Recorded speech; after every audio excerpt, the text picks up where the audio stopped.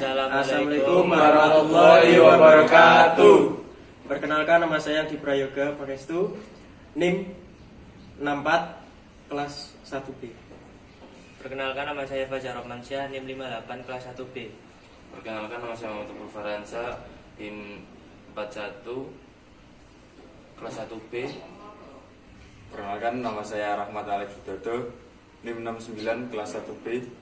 Perkenalkan, nama saya Rahmat Gosan Kuswoyo, NIM 66 kelas 1. Yang pertama yaitu teorema superposisi. Teorema ini dapat digunakan jika terdapat dua sumber atau lebih dalam suatu rangkaian. Arus atau tegangan yang melewati hambatan ditentukan oleh penjumlahan sumber yang ada. Jika sumber tegangan aktif, maka sumber arus menjadi open circuit. Dan jika sumber arus aktif, maka sumber tegangan menjadi short circuit.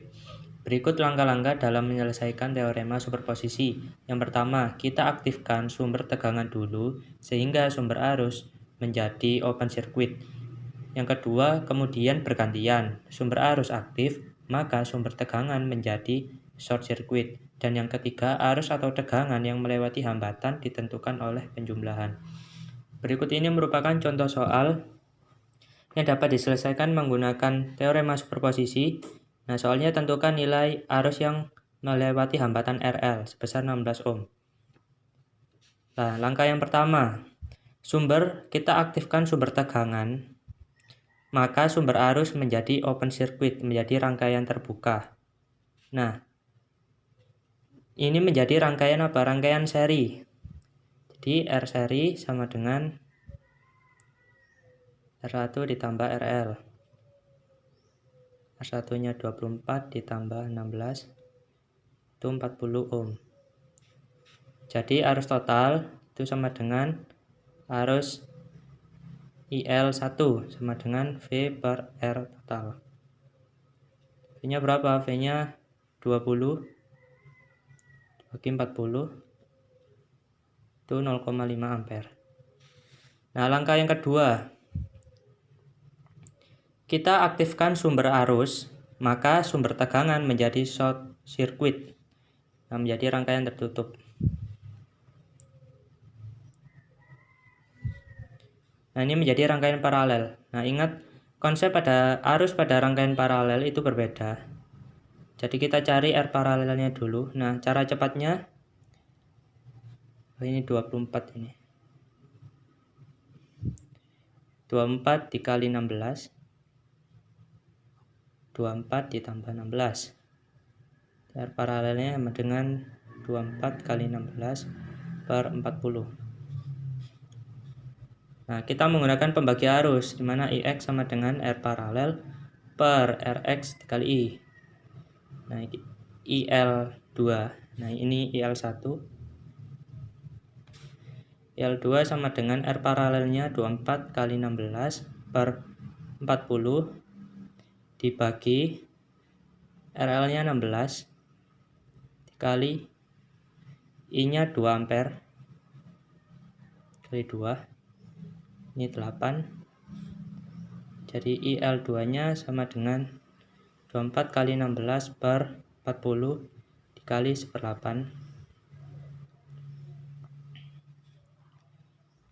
Ini 2. 20. Jadi IL2 nya sama dengan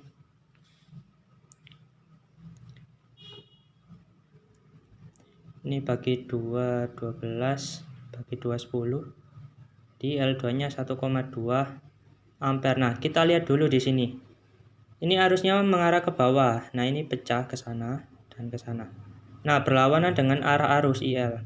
Nah, jadi IL2 nya itu bernilai negatif 1,2 ampere. Oke, lanjut langkah ketiga, yaitu penjumlahan arus atau tegangan yang melewati hambatan. Jadi IL totalnya berarti IL1 ditambah IL2. IL1 nya tadi bernilai 0,5 ditambah negatif 1,2. Jadi IL-nya sama dengan negatif 0,7 ampere. Nah, ini jadi seharusnya arahnya tidak ke bawah. Nah, arah sebaliknya. Jadi nilainya negatif 0,7 ampere.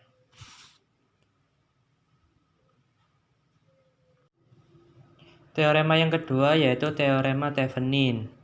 Nah, teorema ini yaitu menyederhanakan rangkaian menjadi satu sumber tegangan dan sebuah hambatan seri. Nah, bedanya dengan teori Norton yaitu satu sumber arus dengan hambatan yang diparalel. Nah, langkah-langkah dalam menyelesaikan teorema Thevenin. 1. Buang beban pada rangkaian menjadi 0. 2. Tandai pada beban yang dibuang tadi misal A dan B. Yang ketiga, atur semua sumber menjadi 0. Sumber tegangan menjadi short circuit dan sumber arus menjadi open circuit. Dan yang keempat, hitung persamaan resistansinya. Yang kelima, ganti sumber tegangan yang dibuang dan temukan tegangannya. Jika sumber lebih dari satu, gunakan superposisi. Yang keenam, gambar rangkaian pengganti Thevenin. Nah, berikut merupakan contoh soal. Tentukan rangkaian pengganti Thevenin dan cari arus pada beban RL. Nah, ini cari arusnya berapa. Nah, langkah yang pertama. Langkah 1 dan 2. Buang beban dan tandai label A dan B. Nah, ini bebannya. Kita buang dan tandai label A dan B. Langkah ketiga, ubah sumber menjadi 0. Nah, ketika sumber tegangan diubah menjadi 0 berarti menjadi short circuit dan sumber arus menjadi open circuit di rangkaian terbuka dan short circuit. Nah, langkah yang keempat yaitu cari RTH-nya atau hambatan Thevenin-nya. Nah, di sini hanya satu, yaitu sebesar 24. Jadi RTH-nya sama dengan 24 ohm. Dan langkah yang kelima, gunakan superposisi jika terdapat dua sumber atau lebih. Nah, kita gunakan yang pertama sumber tegangan aktif, maka sumber arus menjadi open circuit. Jadi VAB1 sama nilainya di sini tadi 20 volt. Ini positif, ini negatif. 20 volt. Sumber arus aktif, maka sumber tegangan menjadi short circuit. Nah, sumber tegangannya menjadi short circuit. Nah, ini aktif.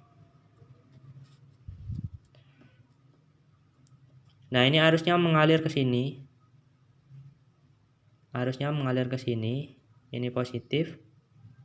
Ini negatif. Nah, berlawanan dengan ini, maka VAB2 itu sama dengan, karena arusnya berlawanan maka negatif.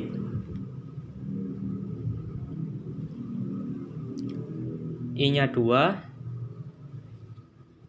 dikali 24 yaitu negatif 4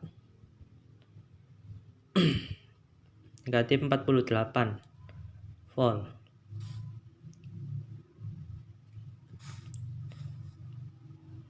Jadi VAB sama dengan 20 ditambah negatif 48. Jadi negatif 28 volt. Nah, langkah ke-6, gambar rangkaian pengganti Thevenin. Nah, ini menjadi VAB negatif 28 volt. Nah, ini RTH-nya atau hambatan pengganti Thevenin-nya 24 ohm. Nah, langkah selanjutnya yaitu mencari arus yang melewati hambatan RL. Nah, ini kan menjadi rangkaian seri. Jadi totalnya 24 tambah 16 yaitu 40 ohm. Jadi arusnya IL-nya sama dengan negatif 28 per 40 bagi 4 7 bagi 4 10 itu negatif 0,7 ampere. Jadi arusnya Arus yang melewati hambatan RL sebesar 16 ohm, arusnya yaitu negatif 0,7 ampere. Oke, terima kasih. Wassalamualaikum warahmatullahi wabarakatuh. Assalamualaikum warahmatullahi wabarakatuh. Di sini saya akan menjelaskan tentang teorema Norton. Pengertiannya, teori Norton adalah suatu sumber arus yang mempunyai rangkaian yang cukup kompleks, dapat disederhanakan menjadi satu sumber dan konduktorsi yang terhubung paralel dari sumber tersebut.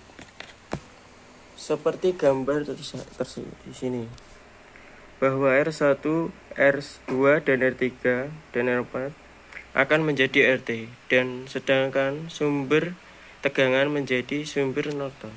Soal. Di dalam soal ini terdapat 3 resistor, R1 6 ohm, R2 4 ohm, dan R3 3,6 ohm, dengan sumber tegangan 10 volt. Hitung besar arus yang melewati R3. Langkah pertama, 1. Hubung singkat sumber seperti terlihat pada gambar bahwa R1 dan R2 diparalelkan sehingga Rn sama dengan R1 dikali R2 per R1 plus R2. Hasilnya adalah 6 ohm kali 4 ohm per 6 ohm plus 4 ohm sama dengan 2,4 ohm. Langkah kedua, hubung singkatkan beban di R3. Lalu kita mencari arus yang mengalir pada R1 sehingga IN sama dengan V per R1 sama dengan 10 per 6 ohm sama dengan 1 per 2 per 3 ampere.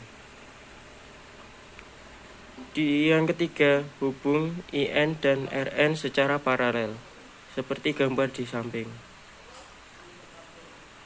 Jadi IN3 sama dengan RN per NN per SN3 dikali IN sama dengan 2,4 ohm per 2,4 ohm plus 3,6 ohm kali 1 2 per 3 sama dengan 2 per 3 ampere. Sekian pembahasan tentang teori Norton. Saya akan menjelaskan tentang teorema transfer daya maksimum. Dalam teknik elektro, teorema transfer daya maksimum menyatakan bahwa untuk mendapatkan daya eksternal maksimum dari sumber daya tegangan resistensi internal, resistensi beban harus sama dengan resistensi sumber jika dilihat dari terminal outputnya, atau juga disebut dengan hukum Jacobi.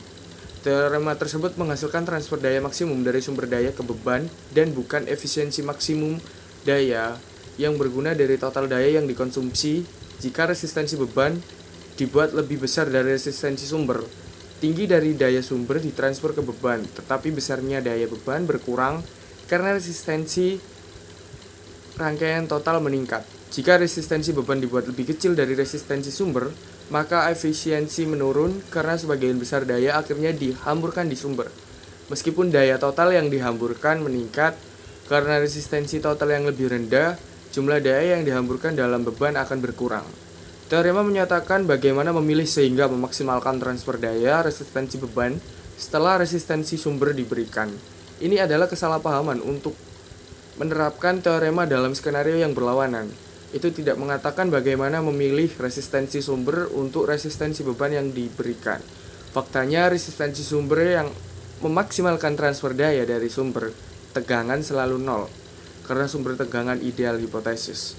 Terlepas dari nilai resistensi beban, teorema dapat diperluas ke rangkaian arus bolak-balik yang mencakup reaktansi dan menyatakan bahwa transfer daya maksimum terjadi ketika impedensi beban sama dengan konjungsi kompleks dari impedensi sumber. Matematika dan teorema juga berlaku untuk interaksi fisik lainnya seperti tumbukan mekanis antar dua benda, pembagian muatan antara dua kapasitor, aliran cairan antara dua silinder, transmisi dan refleksi cahaya pada batas antar dua media. Sekian, kurang lebihnya saya mohon maaf. Wassalamualaikum warahmatullahi wabarakatuh. Saya akan menjelaskan tentang teori Millman.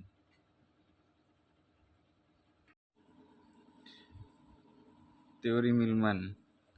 Teori Millman digunakan untuk menyederhanakan beberapa sumber tegangan seperti rangkaian berikut.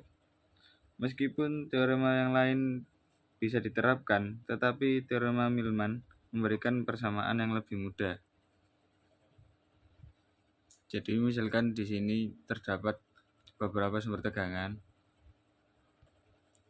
bisa disederhanakan menjadi satu sumber tegangan, baik seri maupun paralel, dengan tahanan.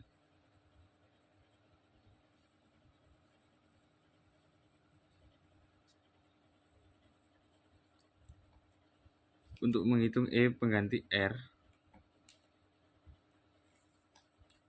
pengganti, kita harus mengubah sumber tegangan menjadi sumber arus rangkaian. Jadi ini ada sumber arus diparalel dengan R, ini juga ada sumber arus diparalel dengan R, dan seterusnya sampai dengan Rn. Jadi ini I ekuivalennya adalah penjumlahan dari sumber arus yang ada tersebut. Kalau arahnya berlawanan, nanti tinggal plus minusnya saja. Dan untuk plus minusnya tergantung arah yang terbanyak kemana. Bisa ke atas, ke kanan, atau ke kiri, itu tergantung nanti. Sedangkan R-nya menggunakan penjumlahan R paralel. Jadi menggunakan 1 per R ekuivalen sama dengan 1 per R1 plus 1 per R2 plus dan seterusnya plus 1 per Rn. R ekuivalen sama dengan R1 di paralel dengan R2 di paralel dan seterusnya paralel dengan Rn. Dan untuk E ekuivalennya sama dengan I ekuivalen dikali R ekuivalen. Gunakan Millman untuk soal latihannya, gunakan Millman untuk menyederhanakan rangkaian dan cari arus yang lewat RL. Dan di sini terdapat E1 96 volt, E2 40 volt, E3 80 volt, dan R1-nya 240 ohm, R2-nya 200 ohm, R3-nya 800 ohm, menghasilkan RL 192 ohm.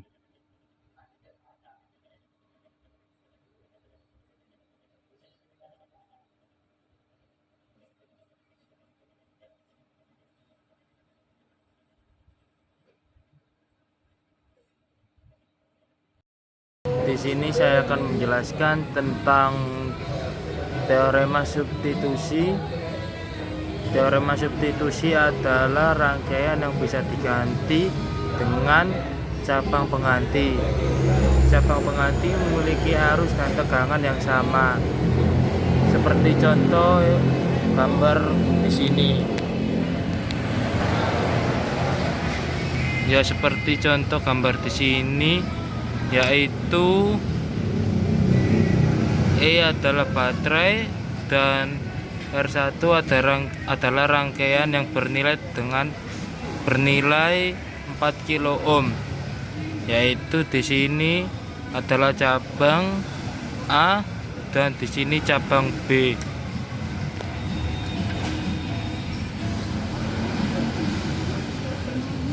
Cabang B.